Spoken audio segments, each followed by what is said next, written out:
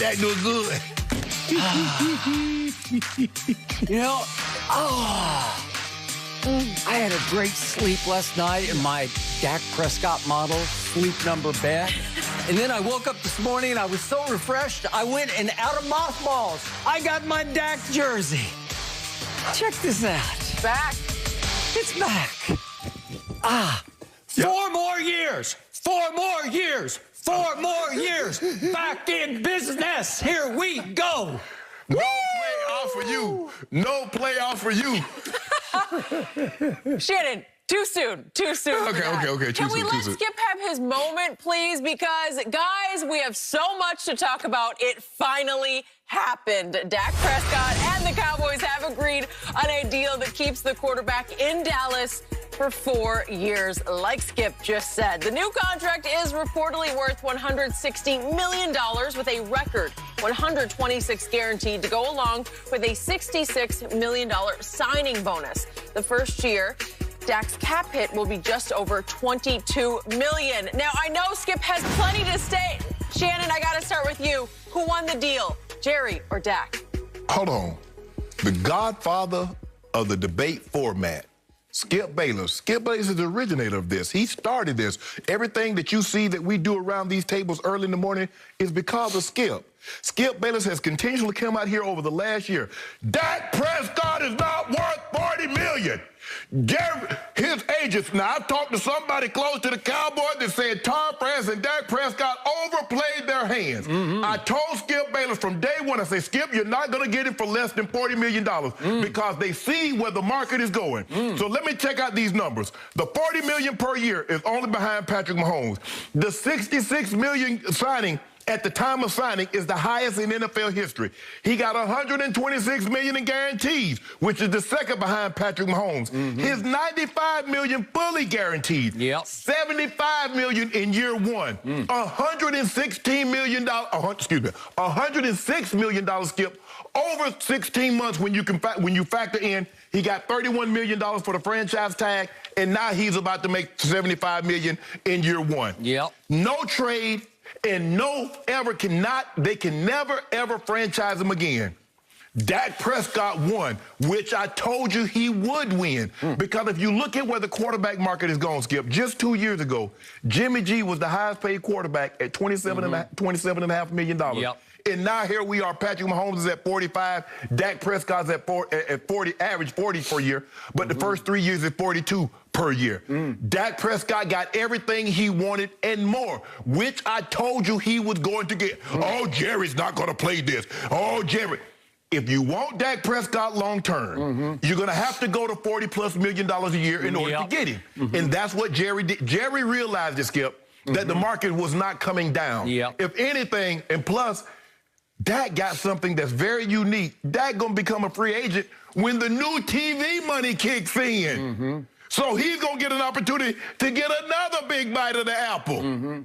So, Skip, look, it's hard to say a millionaire won over a billionaire. But in this situation, we're talking about just this contract negotiation. I believe Dak Prescott 1,000% won because he got more money than anybody thought that he would outside of Dak and maybe a few people, especially his agent. Skip, but when you factor in, Dak Prescott has never been a Super Bowl MVP or won a Super Bowl. He's never been a regular season MVP. And get this kind of money, I think it goes to show you Dak Prescott and his representative won this negotiation. And now it is the Godfather's turn to turn the tables back on the Hall of Famer Shannon Sharpe. Okay. First of all, before I answer Jenny's question about who won, allow me to say I am so relieved.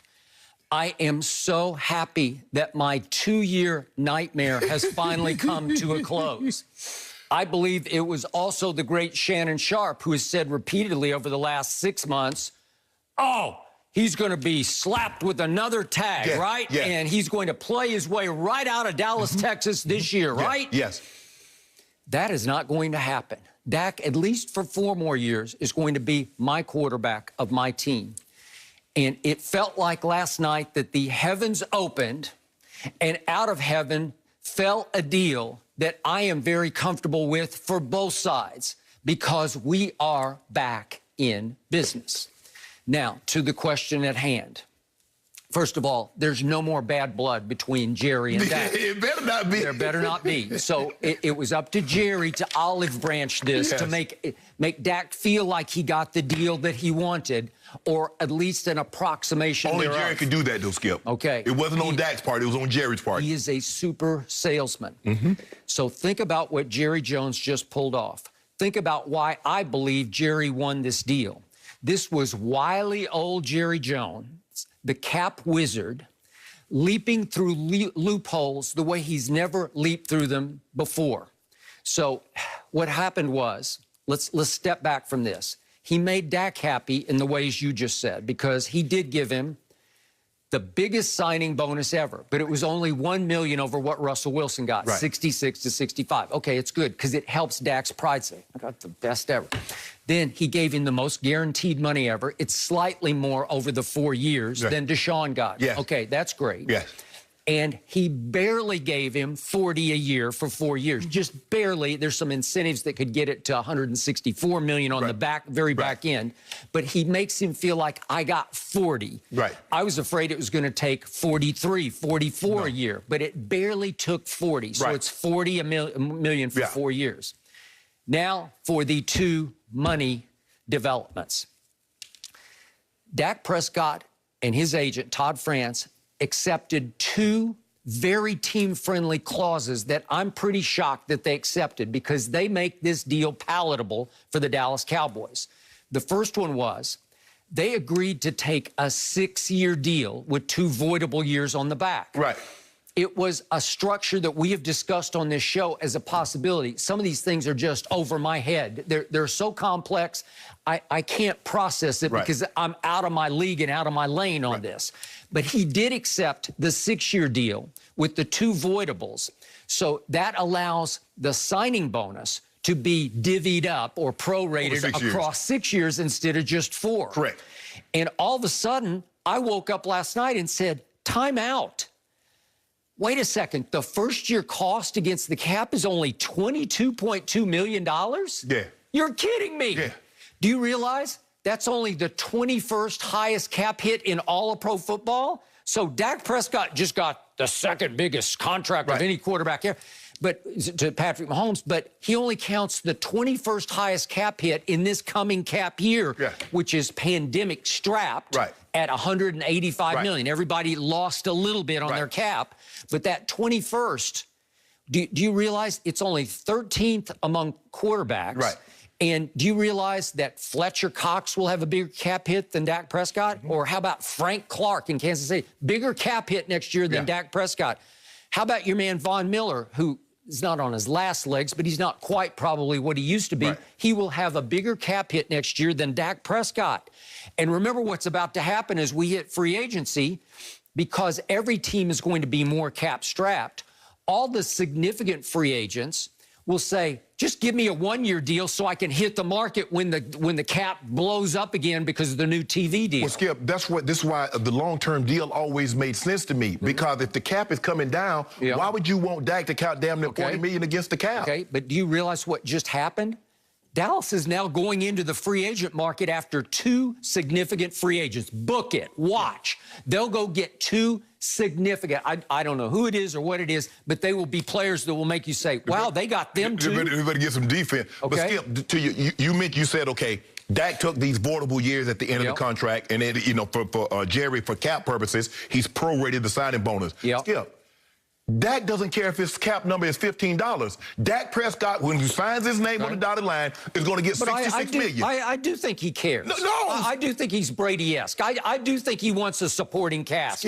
I do think he wants not to take a quarter of the salary cap where they don't have any help around. Let me ask you a question. When has Tom Brady ever got the biggest signing bonus in NFL history? Okay, but he's always taken less money, and how many does he have? He's got 7 Super Bowls? Are you kidding? Dak didn't take less money. It's going to be spread. And here we go to clause number 2 that he accepted. Here we go. Go ahead.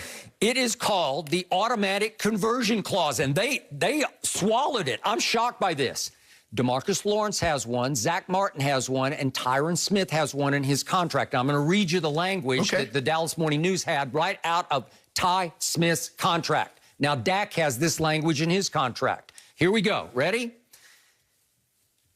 Quote, player and club agree that on one or more occasions and at any time during the duration of this contract, the club, in its sole discretion, shall have the right but not the obligation to convert any portion of a player's salary into signing bonus.